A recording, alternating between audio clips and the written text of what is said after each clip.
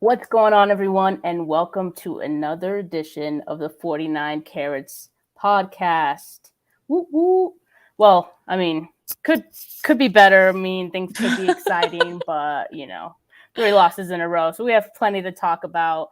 I'm Stephanie Sanchez, Stragosaurus on all social media platforms, and I'm also joined by my co-host Angelina Martin at Ange Writes. What's up, guys? 3 weeks in a row. 3 weeks in a row. We're just a little gloomy on the pod, but just a tad.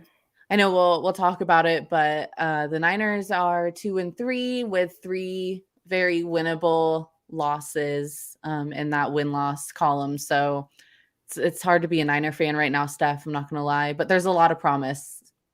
There is, and we'll definitely talk about that. And it seems like the team has some decisions to make during the bye week regarding the quarterback position.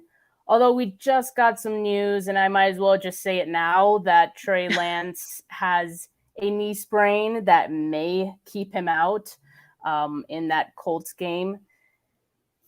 We'll talk more about it in a bit, but obviously not great news. He was taking a lot of hits in that game, which I think we all kind of, held our breath a little bit, hoping there wouldn't be any injuries. But lo and behold, it's the 49ers. That's just what happens every week. It might be Sudfeld's season sooner than we thought, which I thought was never. You know what? We might as well. Yeah. At this point, why not? Who cares? Develop Sudfeld. Develop Sudfeld. Get it done. Get him his reps. Okay, should we dive into the history? We should. Before we do that, though, for those of you watching on Twitter, make sure you head on over to YouTube if you want to, be part of the discussion, have comments and all that, because on Twitter, if you comment, we won't see it. So we want to hear from you. So make sure you join on YouTube. The link is below. Well, not the link, but our name, Stragosaurus, our handle, username, all that, Stragosaurus on YouTube. Check us out there. Okay. Yeah, let's get into This Week in 49ers History. Take us away. Right. I love this one. This one is so fun. It's a good one. This Week in 49ers History. In 1984, the 6-0 49ers had a little bit of fun. Ronnie Lott and Ronaldo Nehemiah invited 12 other players to record a song on a Tuesday evening, which was their day off. Why not? You're not going to not record a song on your day off.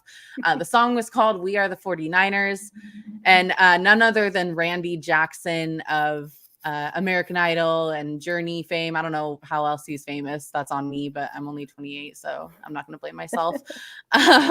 He's actually on bass. Randy Jackson is on bass on the song, which I thought was super cool. Bill Walsh was not a fan of the distraction, and it turns out he was kind of right, because the team went on to lose to the Steelers 20-17 that following game, and it was their only loss of the season. So you tell me, which song is more cursed, Bang Bang Niner Gang or We Are the 49ers? I don't know. But I wanted to play a little snippet of the We Are the 49ers song, just in case you haven't heard it, because it's pretty epic. Do it. Here we go.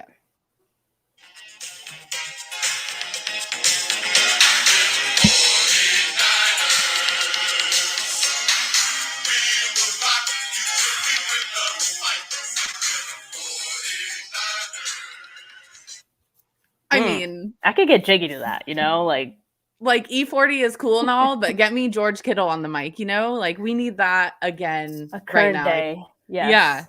Who do you think would be the best vocalist on the 49ers? Oh man, I would have said Joe Staley if he was still on the team. No question. That's a good answer. I don't know. I feel like DJ Jones would just take me to church. I don't know why. Do you get do you feel what I'm saying? That. Yeah, I could see that. Yeah, I have no evidence whatsoever to back that up, but it's just the vibe I get. He's so funny, and usually funny people are talented in every aspect. So very true. Maybe one day we'll get to hear something like that. But We Are the 49ers. Also, this week in 49ers history, it was George Kittle's birthday. If you're a 49er fan, you know that. It was all over social media. His birthday was on October 9th, and he turned 28 years old. And this was the moment. I mean, I'm sure I realized it before, but Steph, we are both older than George Kittle. Weird. Yeah. That doesn't feel right. It doesn't feel right. I know. But, you know, good for him being 28. 28 is cool. Welcome to the club. Hope you enjoy it, George. It's also Steve Young's birthday this week. October 11th is not today. Yeah. Today. And he was born in 1961. So that makes... Don't make us do math. Him 60. Yes. Yeah. No. Yes. Yeah, that makes him 60. Someone check our math, please. That's correct. I am 99% sure that's correct. But wow, Steve Young is 60 years old today. Happy birthday. Happy birthday. That's this week in 49ers history. Can't be that cursed. Humperdinck Mcglinchey III said, because they won the Super Bowl that year. Talking about true. The song. Yeah. I mean, but I mean, it could have been an undefeated season. Can you imagine? Exactly. And maybe they never performed or listened to it again after that loss to the Steelers, and that's why they won the Super Bowl. We'll never know. So there was also some 49ers news that came out before the game. George Kittle was placed on the IR with a calf injury. A lot of calf injuries going around, calf bug.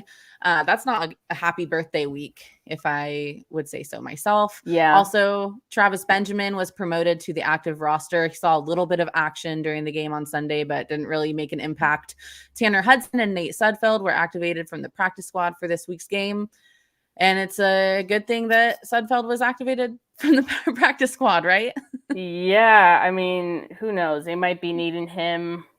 You know, he might be a backup in the next game against the Colts. Yeah.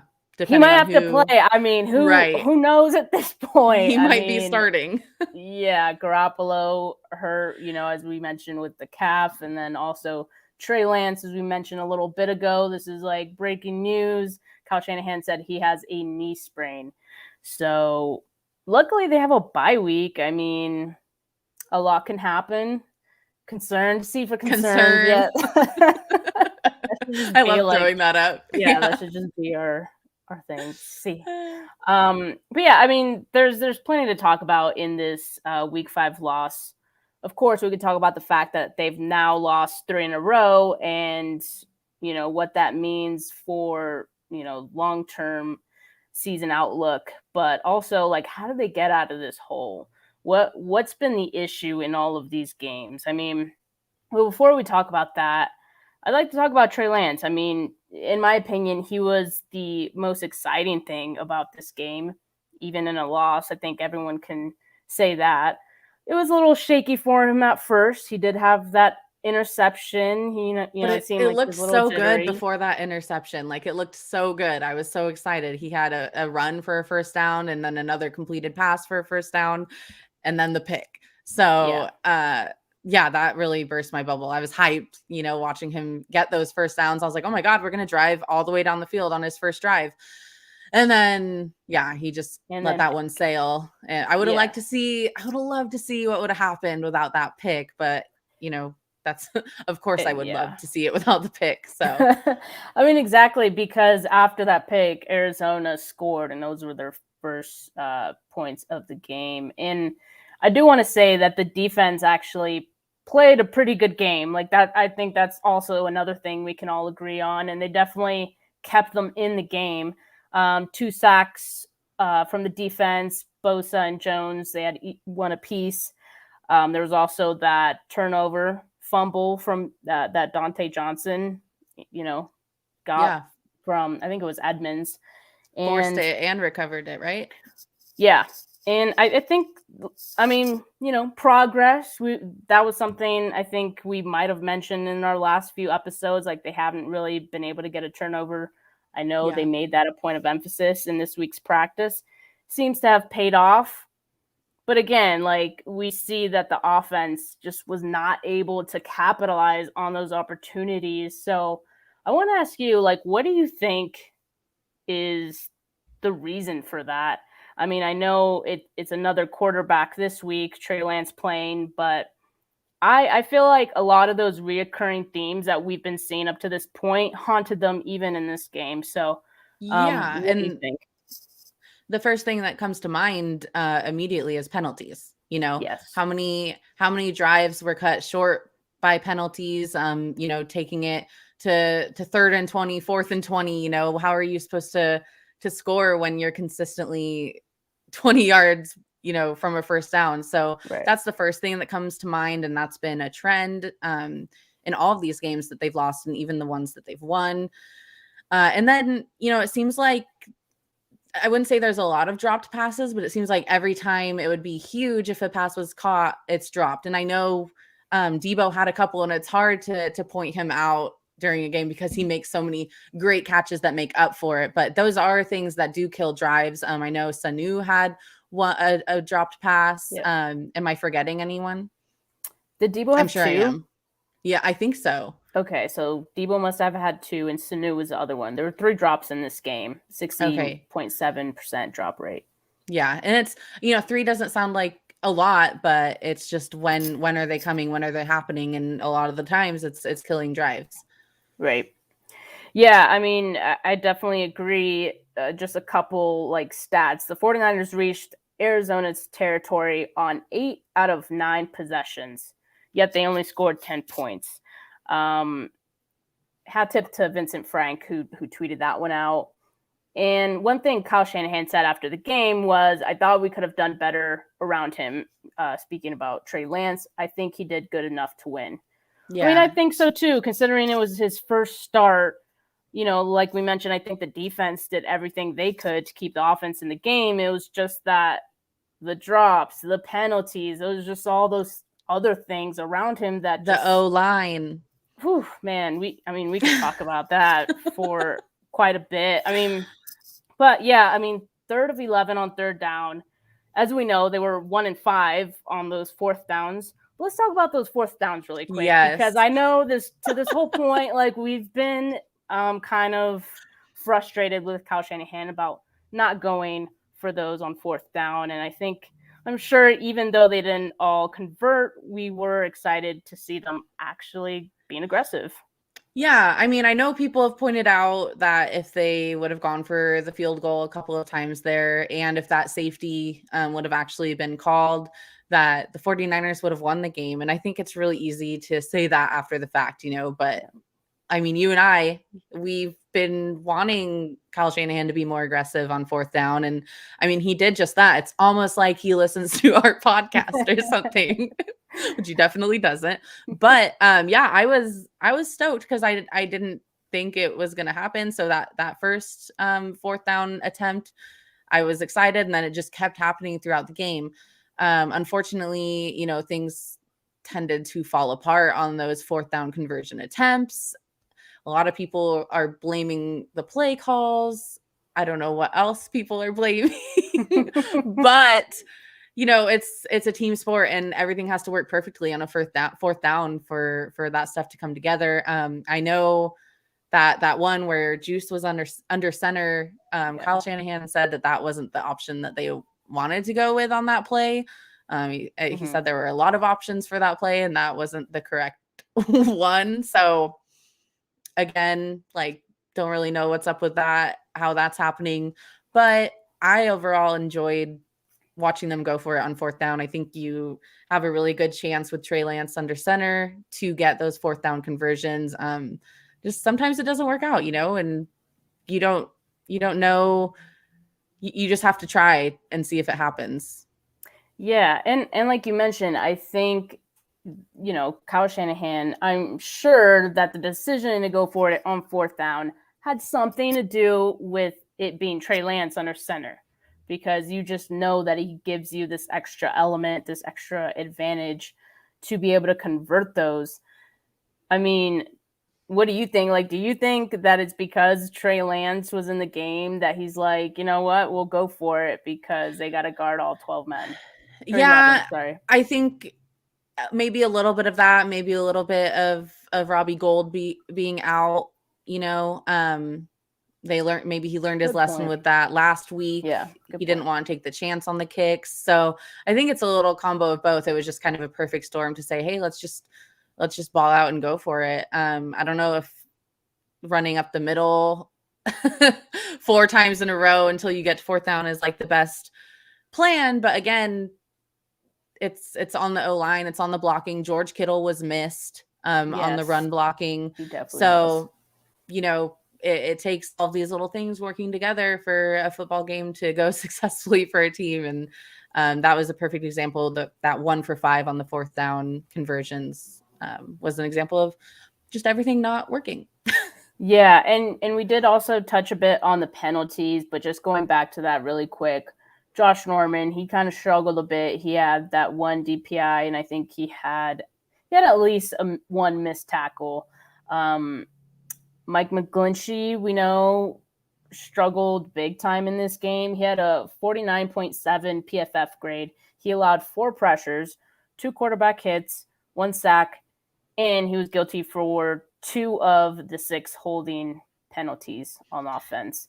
And I want to say, were 2 of those on the same drive, or am I? I'm not sure. Okay, I know there was one drive where it was like, come on, like I think there were multiple, just and repeatedly. It might not have been him on that drive both times, but I know there was one where it really killed them. The Cardinals definitely knew where the weakest point in the line was. If you ask me, I saw them double teaming Mcglinchey a lot, and I mean with a rookie quarterback under center, he's not going to be as fast to audible and get someone else over there to help block. So I think they took advantage of the O-line's weaknesses, and I think we all know that that's Mcglinchey for the most part. I think that's a fair statement. Yeah, on the edge for sure. And I mean, I do want to give some credit to JJ Watt. I mean, I know 49ers he is fans. JJ Watt. He's JJ Watt. 49er fans have, I think, when the Cardinals signed him, we're like, he's washed. Like, and I may have also thought that at some points as well. Like, he's always hurt. But I mean, it's week 5. The 49ers had to play him in week 5. He's not hurt yet. He's definitely not washed. He definitely gave them all they could handle. Fresh. So. He's spry. He's spry. Yes, he is. And yes, looking like his brother out there. he looked good. I mean, so credit to the defense. I think the Arizona defense, I think they played well. At least the defensive line for sure. Oh yeah, it was a great defensive game. Yeah. I mean, 17-10. Right. My prediction was 31-14. So mine was up there too. I don't remember what it was, but it was definitely higher than 17-10. So, but that's that low scoring. That's considered low scoring for the Cardinals, who, as we know, has this like amazing offense. So for the defense to only allow 17 points from them was pretty big. But really quickly, going back to the offensive line and just like Trey Lance in general, he had 4 passes batted down at the line of scrimmage. Do you why do you think that might be? Like, is he maybe staring down people? Or I know some people were mentioning he has like a slightly longer windup, which like maybe can clue defensive linemen in on, when he's going to be throwing the ball. I mean, did you see any of that? Yeah, I mean, I know he has a long windup, but he still gets the ball off pretty fast. I don't know. I just think the O-line wasn't on their game. I don't think they were holding the defensive line's hands down. I think they were letting them get in there and make plays. And I mean, that's what happens when you're able to put pressure on the quarterback and you have free movement, Yeah. Big time players like JJ Watt made one of those, right? I think so. Yeah. Yeah. I mean, I think it like hit his forearm, but when you have players like JJ Watt, like they're going to make those plays if you don't guard them correctly, Yeah. I think 4 is just, it's a little unheard of. It's a lot to have in a game. And so, I would like to ask Brad about that, Brad Graham, and see how much of that is on the O-line. I'm not sure. Yeah, that's a good point. But I'd be concerned about that one if we're keeping track. Yeah. But this was another game also where we saw Ayuk. He made I think he had 2 catches, I think, in this game, and one like Trey Lance got it in a really tight window that was just like chef's kiss. But he still wasn't featured all that much for how talented he is. I don't know. I'm just still hoping and waiting for him to be a little bit more involved. And we saw Travis Benjamin getting a lot of meaningful snaps, and it's like those opportunities could be going to, I don't know, maybe Ayuk, maybe Sherfield, who to start the season they kept talking about was great, and Kyle Shanahan said that was why Brandon Ayuk wasn't featured as much because Sherfield was doing so great, and now we see Sherfield's not even involved. So, like, what is really going on? Benjamin, really quickly, he had 3 targets. One of them was an interception that Trey Lance sailed. One was a DPI on the Cardinals. One was incomplete, which I think Lance also kind of overthrew it. And one was, or no, he had a holding penalty as well. So he had these meaningful snaps, but, they couldn't really get anything meaningful out of them. Yeah, I don't get it. I mean, Ayuk had one more target than Travis Benjamin. Makes no sense. I mean, obviously Debo is going to get a majority of the targets, but I think Ayuk should be right up there. I think every other 49ers fan feels the same. And we've heard what Kyle Shanahan had to say about Ayuk, that he just needs to get better.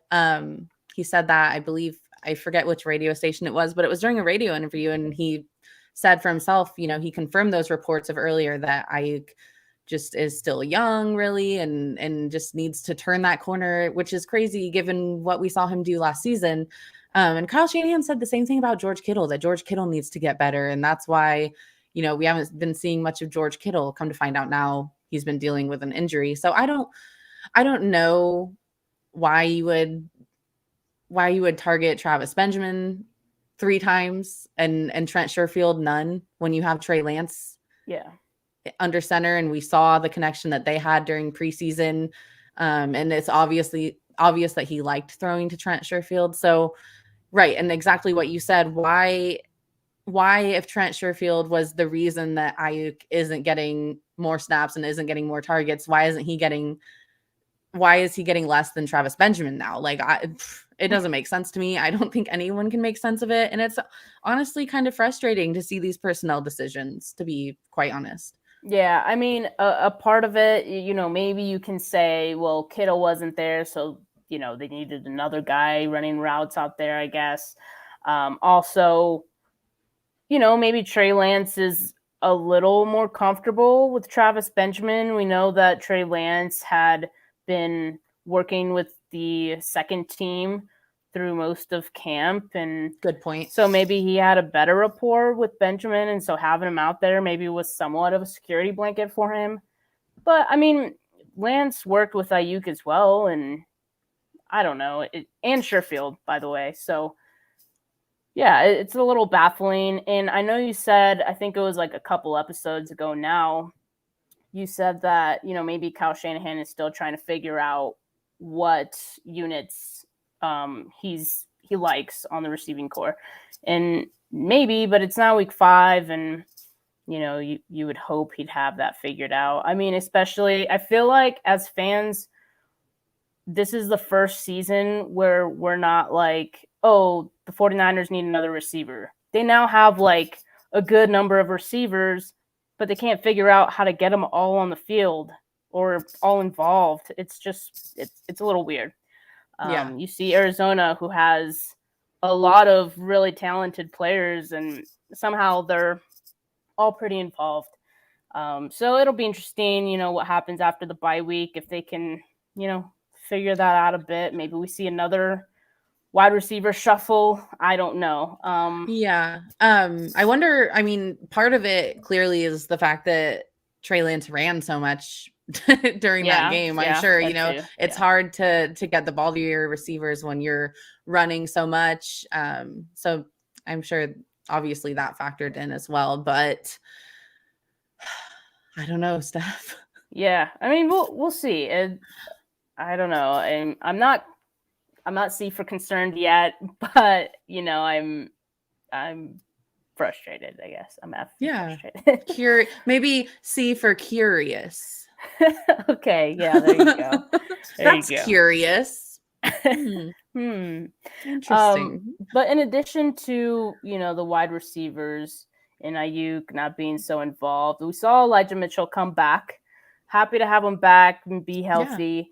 It seems like he took over the RB1 spot that Trey Sermon had been operating under for the last couple weeks, but I think the running backs only had 10 carries, if I'm not mistaken. Which is pretty weird. low. Again, yes, pretty weird. So Mitchell had Especially, 6 I thought carries. Elijah Mitchell looked really good every time he He ran the ball. did. He did. He had a 5.3 yards per carry.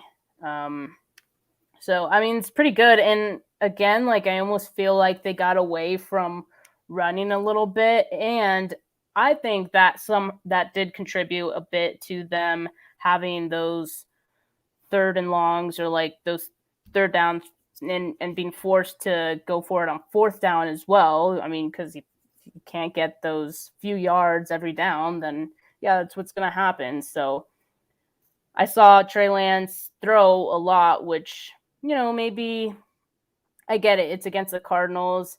They were missing, I think, 2 of their corners this game.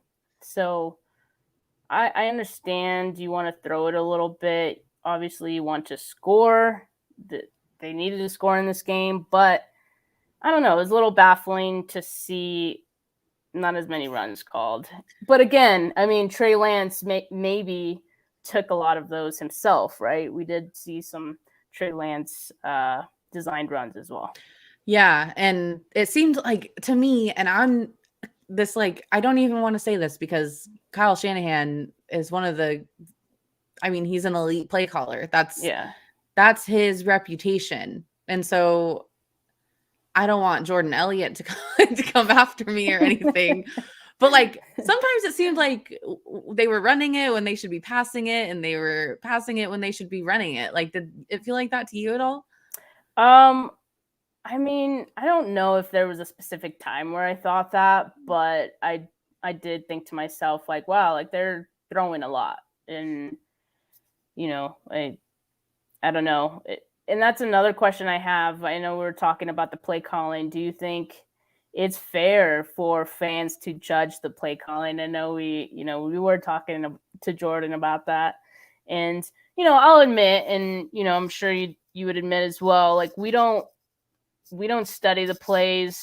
We're just fans. We're just fans. I've started watching a little bit of all 22, but like it's hard to really understand what you're watching at all times. And so I'm not gonna sit here and pretend that I know all the play calls and things like that. I think like the one play we were critical of was the fourth down, one of the fourth down ones, right? Yeah. Are you talking about the use check? Was it that one? I think there was. Oh, I don't know if it was that one. There was that one. There was another one, which was the goal line. Yeah, the goal line one where Trey Lance almost had the touchdown, which I thought was a great play call. Yeah, I would have called the same play one again. Yeah, and that was actually meant to be a passing play. Oh, really? But no one was open. I think Debo was supposed to be the target there, and he wasn't open. So Trey Lance just kind of ran it in himself, or tried to. So that wasn't the play call. Yeah, technically that wasn't the play call. Just goes to show it must have been the cool use check one, though. Yeah, a lot of people were upset about that one, for sure. So what made me upset about that one was just the fact that the Arizona defensive line to that point had been doing pretty well. JJ Watt, who we've mentioned already a few times, had been doing pretty well in the game, and he's been a run stuffer. And if I'm not mistaken, Juszczyk kind of ran in his direction, right? I mean, I need to watch it over, but if I recall, it was basically like a QB sneak, but with Juszczyk under center, which he had to go like a whole yard, which this seems kind of difficult to me, especially for a fullback. But I mean, he did his best, but yeah, they still came up way short. Like to me, I would try that on maybe like 4th and inches, but apparently that wasn't even the play that he wanted. That wasn't even the option for that play that Kyle Shanahan wanted them to do. That's what he said in the post-game presser. So yeah. I mean, so like you were mentioning, like why all these runs up the middle, especially, you know, when the defensive line have been doing well, why not get them in space? I think that's the biggest like point for me is, and like, I think that's why, like, I feel like I still could be a little critical of that, even if I don't know the exact play, because if I, you go because ahead. like I could sit here and say like, why would you have your player like run into the belly of the beast when you can, like, you know, give them a shot at the one of the edges and, you know, off to the side, just run up the sideline or something like that. I don't know. Yeah, it's like run up the middle. You're getting stuffed. Well, they wouldn't be getting stuffed if the O-line wasn't getting killed every play. Okay, if you're seeing that your O-line is getting killed every play, then why are you calling that? Thank you. I'm no Yeah. genius. I'm Thank no you. Kyle That's Shanahan. that's all that's literally all I was saying. Like, if that's the issue, like if the defensive line had been a problem all game, take them out of the play. Like, You gotta adjust. there's several ways that you can do that, and it's not by running right at them. Yeah. So, Yeah. I mean, yeah. But is it fair to judge the play calling is the question that we're asking. To an extent, I think. To an extent, right? Like, I think play calling is probably really hard. So, and we're talking about Kyle Shanahan here. Like, I'm never gonna sit here and think like I'm smarter than Kyle Shanahan, because I am. yeah. I am not. I can't. And we don't even know if anyone math, is going to be alive on Sunday. So exactly. it's like, why bother? Why bother? But anyway, I mean, that was just my gripe with that one play, really. But so let's move on to some news after the game. We talked a little bit about one of them already. Trey Lance has a knee sprain. He could miss some time. As you know, 1 to 2 weeks. 49ers have a bye week next week. So, I mean, I would say it puts his status for, I think, week 7 against the Colts up in the air. Very fun that we have no idea who's going to be playing quarterback. I mean, we already didn't know, right? Like, that's true. To be fair, I mean, yeah, that is very makes true. It more exciting. Yeah. Yeah. Like, which cripple is gonna be less crippled, or is it gonna be Sudfeld season? We don't know. Sudfeld season. Well, actually, Shanahan also said they're hoping to get a few players back after the bye, Jimmy Garoppolo being one of them. So if that is the case, then it would seem that Garoppolo would probably get that start against the Colts. A couple other players that are coming back. I know you want to say something. I'll let you. No, I'm just over here like, this changes everything. Like, it does though. Like, and I'm so glad we got that piece of news right before we recorded, because otherwise, like, not our whole episode, but a lot of our episode would have been like irrelevant. Yeah. Yeah. Couple other players that they expect back after the bye week: K'Wan Williams and Jermichael Hasty. And that's cool. That is cool. When is our Sweet Prince coming back? Wasn't it supposed to be mid-season? I thought it was week 6. Oh, maybe week 8. Maybe it's week 8. I thought it was week 6, but if you don't know who our Sweet Prince is, that is JWJ, JWJ, Jeff Wilson Jr., Gucci Gang Gang, our sweet Gucci Prince. We just love him. Like, we do. Yeah. Huge fan. Yeah. I love that guy. And he's good. So it all checks out. Yeah, Ryan asked the same question. What about Jeff Wilson? So yeah, he should be back. Shani said end of November. Damn it. So that's week 9, week 10. Yeah, just about. I mean, I think like that's one player that, the team is definitely missing as well. Just in time for the wild card push. You laugh. I mean, because 2-3, man. I don't know. We'll talk about that in a bit. Like, okay, what happens next? But like, before we do that, a little bit more news. Devontae Harris, cornerback Devontae Harris, has been activated from IR, so they cut Buster Skrine. Marcel Harris has a thumb fracture, and he will need surgery. He'll be having surgery tomorrow. The 49ers hope it's a short-term injury. But yeah, getting back to, what happens next. I mean, I do. One of the things I wanted to talk about was what direction do they go in, first of all, with the quarterback decision. And maybe, if Trey Lance is hurt, that kind of makes that decision for you. Yeah. But I want to get into the cap or no cap really quick because it's kind of along those lines. So yeah, I think we can definitely still talk about it.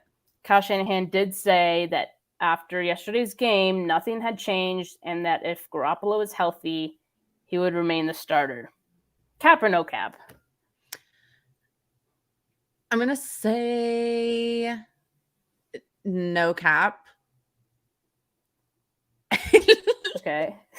I don't know.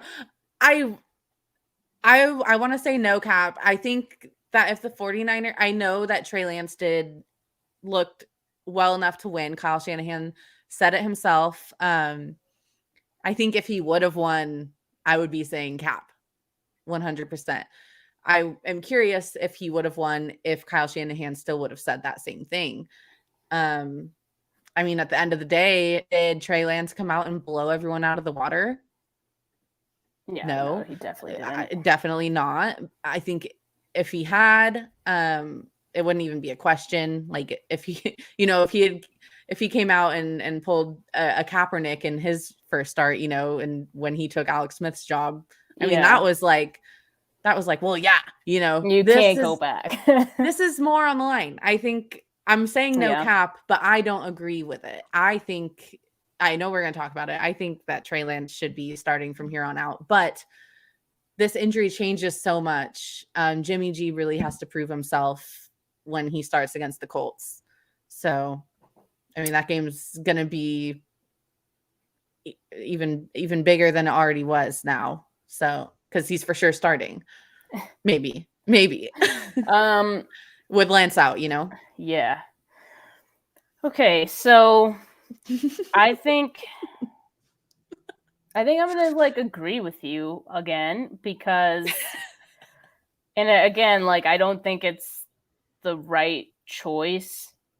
Could easily be cap, but I mean, it could, but we've been saying that, and I think that's I'm finally starting to just take his word for it, and I'm like, fine, man, you win. You were right. Okay, we're throwing in the towel. We're exhausted. I'm gonna listen to you for once and believe you. So it's just a weird situation, and actually, Tim K on The Athletic had a really good piece about this yesterday, that they've how Shanahan has been towing the line this whole time and playing both sides, and he in a way has mishandled the situation, and now he has to make a decision, right? Yeah. At least if not in week 7, maybe after that when Trey Lance is healthy, the question's going to come up again, right? Eventually. Absolutely. Yeah. Yeah. It's going to come up week 8. Is that right? And yeah.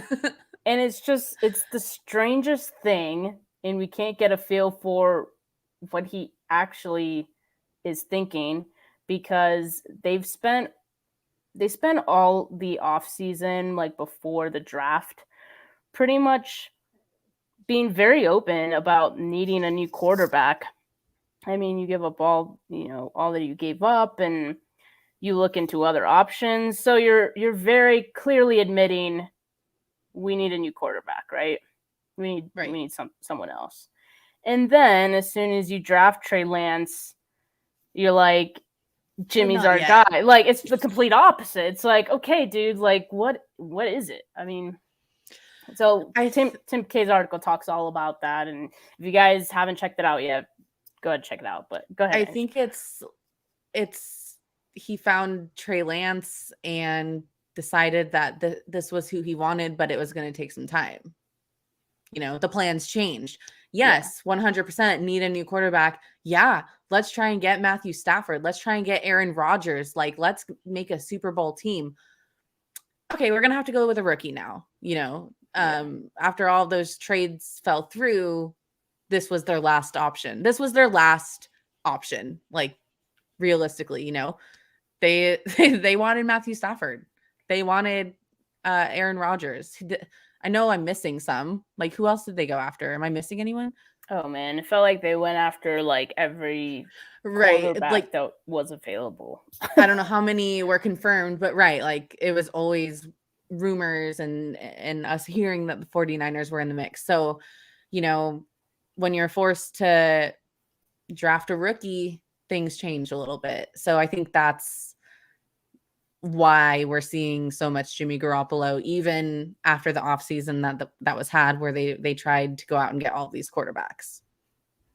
Yeah, I mean, that could be true, but like, I just wish, I guess, he was a little more transparent about the situation a bit, and I don't know, but then again, maybe he has. I mean, they've said multiple times they've seen this as like an Alex Smith, Patrick Mahomes type of situation, and obviously like that's comparing apples to oranges, but like, they've been going for that model.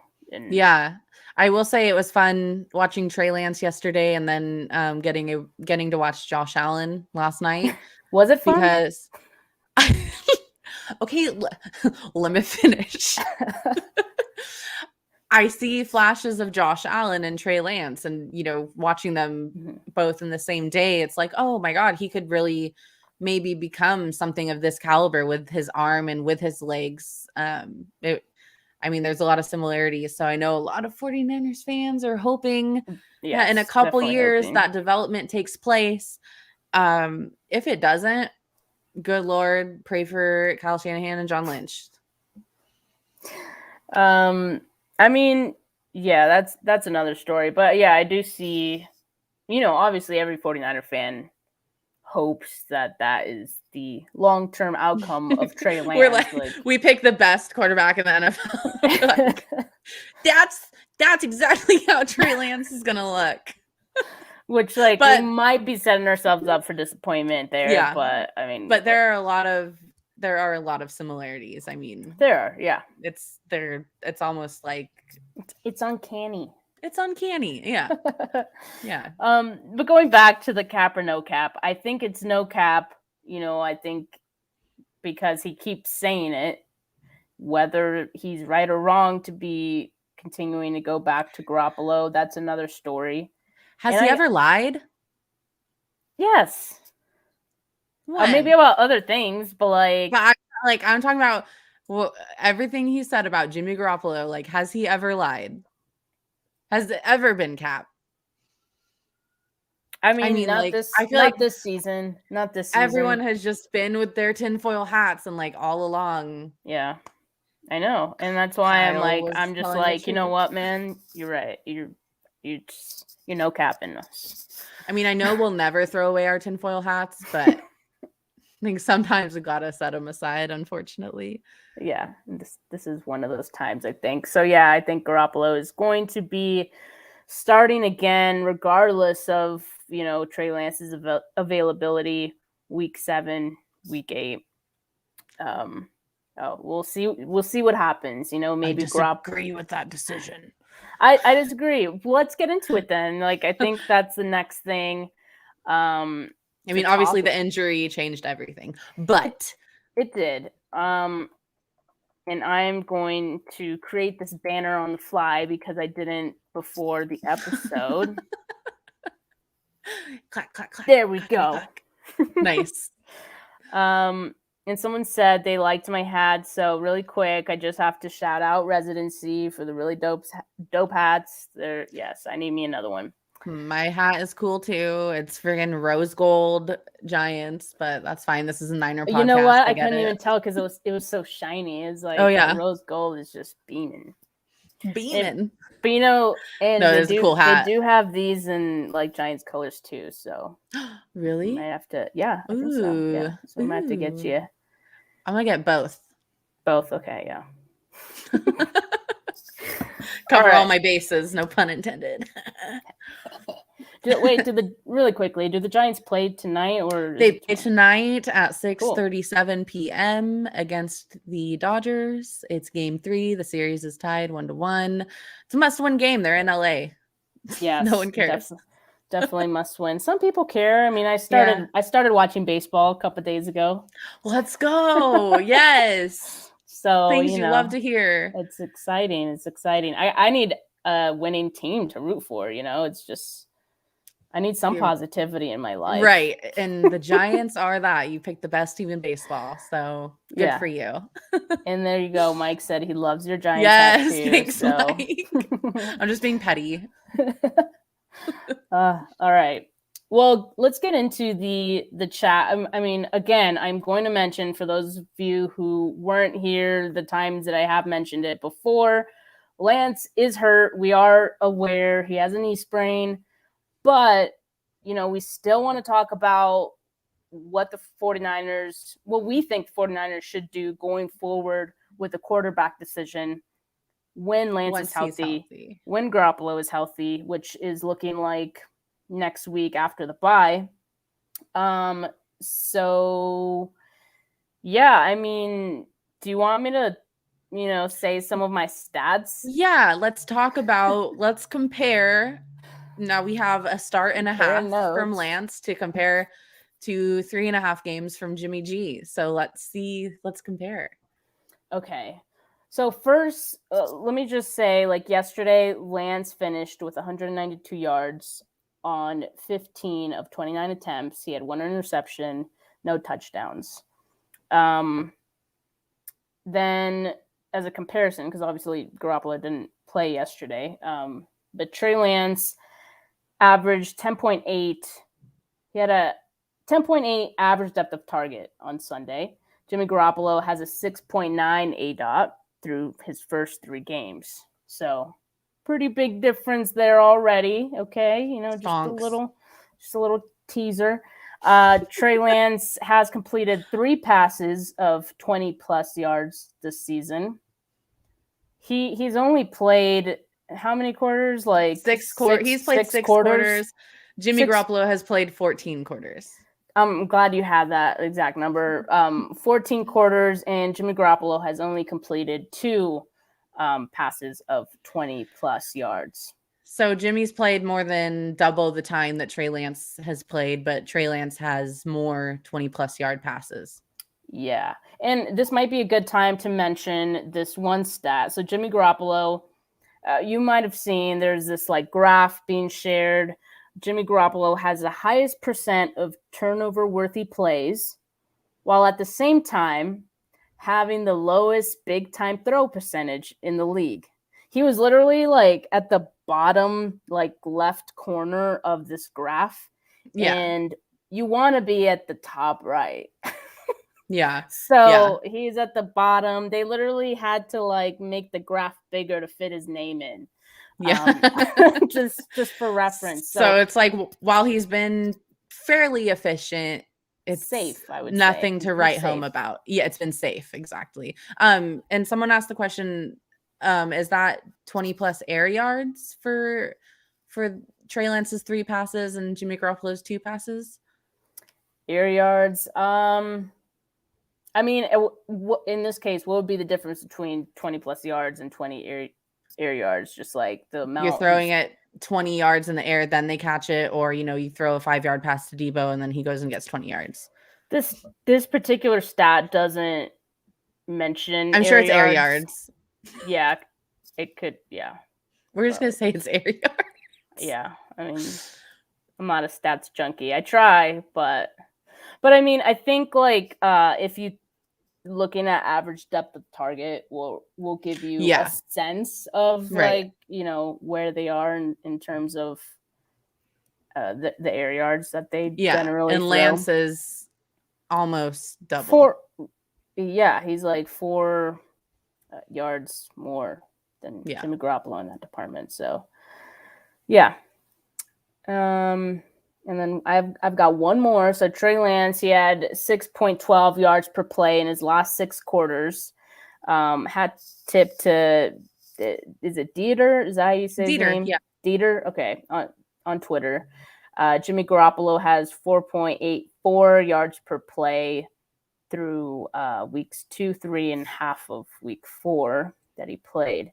So the worst games. Yeah, and far less yards per play. Yeah, far less. I mean, it's like 1 yard less. No, that's like okay. Yeah, it's a little more than 1 yard, but yeah. Hey, it's still more. When you think about like you're trying to get 10 yards a piece, right? Like, every yard matters. Yeah, like that. Yeah, that's per play. So, the it more you can get. 4 plays a drive, that's 4 extra yards. Yes, math, nothing. Hell yeah. But I mean, just going with all of that. You mentioned it earlier. Who do you think the 49ers should move forward with? I know that some people have playoff hopes for this team. You're not one of them. I don't think that obviously the division is within reach, especially. Never say never. I hate to be a Debbie Downer, but like for me, let's shoot for next year, baby. Let's develop Trey Lance. To me, if you look at the second half that he played last week and then compare that to this game, he's already improved so much. So I think it's only going to get better week after week. Yeah. Like at this point, it's like Jimmy Garoppolo is not the future. Right. This is a fact. This isn't an opinion. Like Trey Lance is the future. So let's invest in that. I think that Diamador Lenore and Ambry Thomas should be being developed. I think they should be out there more. I think, yes, that's my answer. Trey Lance. I mean, I'm also going to say Trey Lance. And I mean, I think the reason for it is based on how he's looked. We know it hasn't been perfect, but like you said, it's gotten better. Even just this small sample size, he's been able to improve with every, bit of playing time that he's gotten. Also, the record is now 2-3. I mean, and their record with Jimmy Garoppolo the past 11 games is 5-6. Yes, that he started. I saw he's not a winning quarterback anymore. Yes, I think Jordan actually posted that earlier today, and you can't really make that argument for him at this point in time. I think that's totally fair. I mean, I just don't know. It really depends, like what Kyle Shanahan thinks, like they're at, like what And I think they're 2-3, but in Shanahan's mind, does he think they can still turn this around? I think they totally can still turn this around. Yeah. I think Trey Lance gives them a good shot at turning this around. I don't think it's like just throwing away the season, even though I kind of made it sound like that. I don't think it's just throwing away the season if you let Trey Lance start. Like there will be some bumps in the road and some learning curves, but they almost beat the Cardinals, the 4-0, now 5-0 Cardinals, who look really good. Like Kyler Murray looks like an MVP this year. So God, the conversation would be totally different if they had just pulled out a win yesterday. It would be. Oh yeah, I mean, it was so. It wouldn't even be a discussion. I think like if Trey Lance wins that game, like you don't even think twice about it.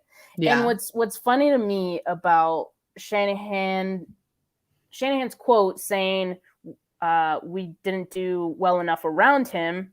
And then pretty much in that same press conference saying nothing has changed and we're going to go back to Jimmy Garoppolo. I don't know. Like to me, like those things somewhat contradict each other. He says the same thing about Jimmy after every loss too. What? He says Jimmy played well enough to win. So maybe that's just his spiel. I don't know. That's just him having his quarterbacks back. Like, I don't know. Yeah. But don't you think it was true? I think it was true 100%. I mean, we talked about it earlier, the dropped passes, the penalties, Yeah. the play calling. Like, it wasn't, Yeah, this loss exactly. wasn't on Trey Lance. Exactly. So if you look at a couple of the other losses, could you say that those losses were on Jimmy? No. I mean, of course, everything plays into each other, but I wouldn't put all the blame on Jimmy Garoppolo. This team had the most, oh my God, pass interference calls, penalties on them coming into this week. So yeah, that's just one factor as to why this team is 2-3. It's not just because of Jimmy Garoppolo. And that's interesting that you said that, because I was wondering how we as a fan base would have been talking about the quarterback play had Jimmy Garoppolo gone out and done the same thing that Trey Lance did yesterday on Sunday. You mean I like think almost winning? almost winning, but missing some passes, throwing an interception. Well, But Jimmy Garoppolo is not a rookie. Yeah, I think that's what it all comes down to. But I think that comparison right there is in Trey Lance's favor, because if they could both make the same mistakes, right? It's the same. It's what do you have to lose? Of course, some of Lance's mistakes are slightly different. They're rookie mistakes, some of which Garoppolo doesn't make. But in terms of like inaccurate passes and things like that, they're the same, in that respect right now. Same risk, same reward. The reward is greater with Lance because you're giving him time to develop, and he's just a higher upside player just altogether. Yeah. That throw that he had to Deebo yesterday, Deebo jumped up and caught. That's just one example. There are a number of plays yesterday where I am sure, like, I thought to myself, and I'm sure you did too, there's no way Jimmy Garoppolo would have done that. Oh, Jimmy would have been sacked so many times yesterday. Like, probably more than 10. Like there were so many times that Trey Lance escaped pressure, and right there, like the fact that he can continue a play is just Yeah. Okay, so part of that, Mike L said we really need to beef up the O-line play.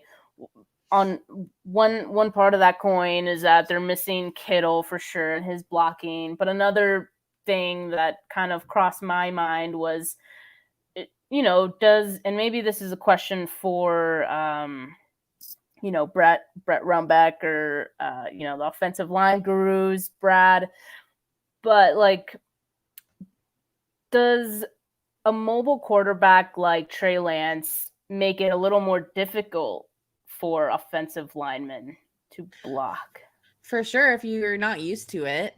Yeah, so I'm wondering if that was like a part of it. Also, we've given credit to Arizona's defensive line. I think they played a good game, but like, I do think there is some there's definitely a factor, the fact that Trey Lance moves around in the pocket differently. You don't necessarily know where he's going to be as an offensive lineman. He moves like so quickly, and there was one play where Trey Lance walked right into the sack. Yeah. So like, it's to that point, like, he's, you don't know where he's going to be. So that makes it a little more difficult. But again, like, if you give Lance more reps, if you force this offensive line to play with him, they're going to start figuring that out over time. So that's exactly what I was going to say. The more first team reps he's getting in practice, the more comfortable everyone's going to get with each other. And it's just going to blossom into something really beautiful. I'm so upset about the knee sprain. I know we said no cap for Kyle saying Jimmy was the starter, but I think like there was part of his brain that might have been considering it and might have seen how practice went. You never know. Yeah. We'll see what they decide. It seems like obviously they're going to go with Garoppolo. They kind of have to, if he's going to be healthy, and Trey Lance is not in this Week 7 game against the Colts. The Colts are not as good as, the last 3 teams that the 49ers have played. Maybe the Seahawks, but I mean, they don't. I mean, the Seahawks are good because Russell Wilson. The Colts don't have a player as good as Russell Wilson, so that's not really something to worry about for them. But you did mention, so you reminded me just now, RIP Russell Wilson. He's hurt for like the next few weeks. This right now, and that probably makes the decision all more difficult. This right now is a perfect opportunity for the 49ers to turn things around. I mean, they've already played their 3 toughest 3-game stretch of the season. And I mean, now you have an opportunity to at least like leap the Seahawks. Yeah. And, you know, I don't know. It's not an easy decision. Someone asked if the 49ers are still a playoff team. I said no earlier. I think there's like a slim margin for a wild card spot, but it's going to be a battle that I mean, this team hasn't shown any resiliency so far. The last 3 games that they've dropped have been winnable games. They've lost every single one of those losses by 1 score. I don't see any heart. Yeah. Yes. I mean, I don't see it either. Like this, another thing that Tim K said in that article was Shanahan's been chasing that 2019 feeling this season, and that kind of like run it back, DeForest Buckner, that like run it back mentality. Like that's gone. You don't see that with this team. Like there's something like not there. And I don't know if part of that is the quarterback situation. You can't rally behind one guy because like you don't know what the hell is going on. Yeah. Dude, when there's stability and like turmoil like that, and I know, it may look like they had it all together, but I mean, on the outside, all the chirping, all the questions, all the headlines, like it or not, that causes not friction, but like it makes things weird, I'm sure it does. Yeah. I mean, whether people are aware of it or whether the players are even aware of it or not, like it's going to have some effect. Well, and you have guys that were like a key part of your offense last year, not even hardly playing this season, so I'm sure that also has to do with it. Yeah. I mean, yeah, it definitely does. So it's true. They have a bye week. Someone said they have a bye week to like rejuvenate. Yes, they have a lot to clean up. Like that is for sure. Penalties are a big part of that. If they can clean that up, if they could get a little bit more turnovers going on defense, like, and if they could score on offense, I think that's like the biggest thing. It's not it's not for lack of opportunities. It's like they just cannot finish. Yeah. And that, I don't know. Again, that could go back to the quarterback situation, but I don't know. I don't envy Kyle Shanahan at this point in time. No, I don't feel bad for him. I mean, I don't either, but he put himself in this situation. But it is a situation. Shit situation. Yes. Well, before we head out, and I know we're past the hour mark, so we'll try to do this quickly. Just a little fun portion of our episode, really quick. The Twitter tizzy, and I want to talk about: did Kittle mean anything by liking that Instagram post? If you guys don't know what Instagram post I'm talking about, there was a post made that showed one of the Cardinals defensive players saying Trey Lance is not Kyler Murray. He's no Kyler Murray, which is hilarious because the rest of that quote was him talking about how good of a player Trey Lance is. And then he said, but he's no Kyler Murray. And that was the only part that they chose to include in the graphic. I mean, of course, right? Yeah, that's always how it goes. Generate engagement. Yeah. But so I want to ask you, Ange, like, did you think he meant anything ill by liking that Instagram post, or was it just some, what meaning did you give that? First I'll explain the tizzy. People on Twitter were having a tizzy over this. Like everyone was like, Yes. what does George Kittle mean by this? With like a screenshot and like it circled that George Kittle had liked it. I will give like what I think happened. So George Kittle is just scrolling Instagram, sees that post, bet. Yes, thank you. Like, yes. Is it that complicated? Yes, because this was what George Kittle did. Ooh, yeah, he's right. Trey Lance is no Kyler Murray. Like, I would like it twice if I could. I hate Trey Lance. Like, what? Yes. What are we doing? What are we even doing? Yeah, no, exactly. That's exactly how I saw it. Because look, 49er fans like that post too. Why? Yeah. What were you thinking when you liked it? Because they hate Trey Lance. You thought, bet. Like, okay. Right, exactly. Like, it's so harmless, and like Instagram likes are like the most, it's like the stupidest thing to like try to speculate on. Yeah, exactly. It's like, and so like I was thinking about this, it like made me think of when your boyfriend, not your boyfriend, because Seth is an angel, but figuratively, like if your boyfriend, you see that he likes a girl's picture on Instagram and you're like, what does this mean? Like, it's literally like his lifelong friend from high school. Yeah, like you just, it's just like, oh, like you're just being a supportive friend. Yeah, you don't know. It's just so dumb to like assume that. We know that George Kittle is really close friends with Jimmy Garoppolo, right? Like that's his boy. But that doesn't mean that he hates Trey Lance. Like, and hates his team. Yeah. But by default. I saw someone even suggest that he is faking his injury or like making it worse than it is because he doesn't want to play with Trey Lance. Yeah. That is so ridiculous to even suggest, especially someone who loves football as much as George Kittle does. And is probably dying like to be on the field. Yeah. And that's ridiculous. I've even seen people saying that Trey Lance isn't really hurt and Kyle is just doing this so that he can start Jimmy against the Colts. And it's like, dude, you guys, like, what do you think this is? The X-Files?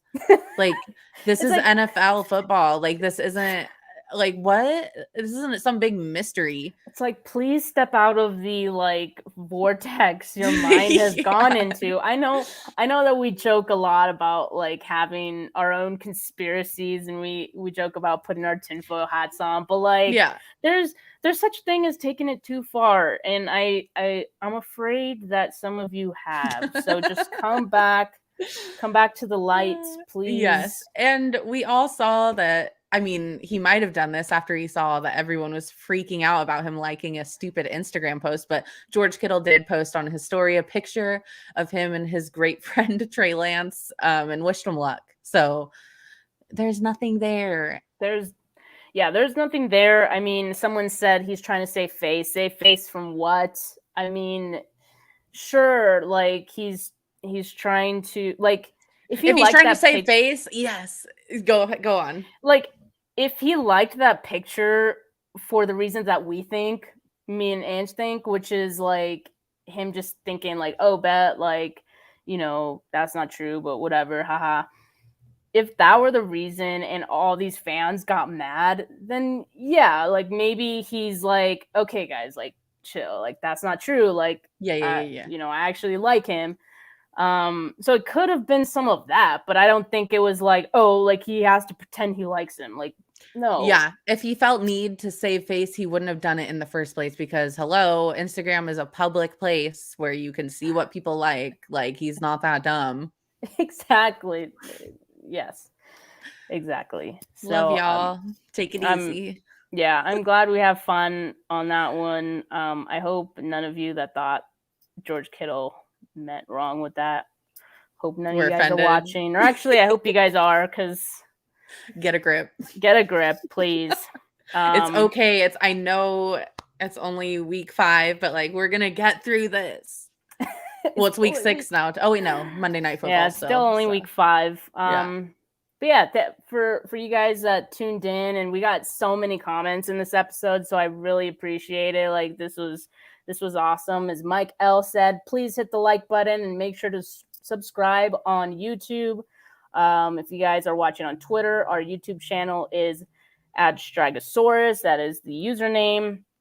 And yeah, we are on all streaming platforms for podcasts. Our audio episode will be up tomorrow morning. And yeah, is there anything else you want to say before we take off, Ange? No, we're gonna do a show with Kobe Ransom on Twitter or on YouTube. I'm sorry, at 6 o'clock. So if you want to tune in for that too, we'll probably say a bunch of the same stuff.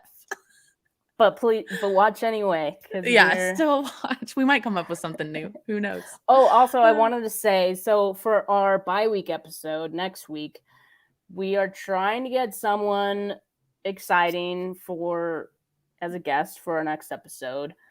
So if you see us trying to get someone on Twitter, like it'd be great if you guys could like comment and like, hype it up, encourage them. No death threats or anything like that, but like, tell them how cool we are. Yeah. Thanks. Yeah, thanks guys. We appreciate you guys watching. Have a good rest of your night. Peace.